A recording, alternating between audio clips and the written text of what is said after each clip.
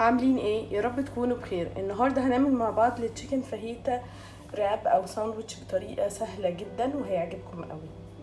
اول حاجه هنعملها نبدا نتبل الفراخ. هتبل الفراخ طبعا كل التوابل بالتفصيل هكتبها لكم تحت الفيديو. هضيف الفلفل الاسود والثوم البودره والبصل البودره، وهتبل ببابريكا مدخنه بحب طعمها قوي في الفراخ، وكمان زعتر مجفف او فريش بيطلع حلو قوي برضو مع الفراخ. وهنضيف عصير ليمونه، وهنظبط الملح،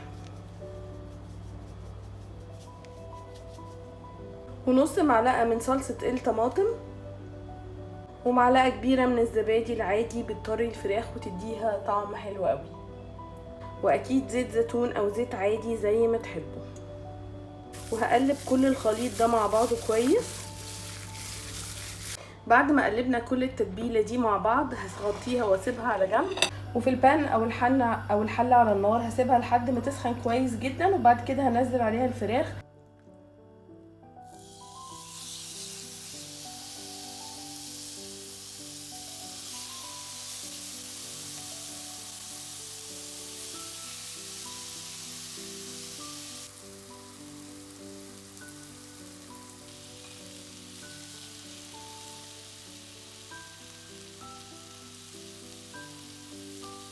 بعد ما الفراخ استوت زي ما شفتوا لونها كان حلو وجوسي جدا مش ناشفه، طلعتها وبعد كده هبدا اضيف الخضار، البصل والفلفل وباقي الاضافات اللي هتشوفوها. واخر حاجه هنضيفها هي الفراخ على الوصفه دي، وبعد كده نكمل.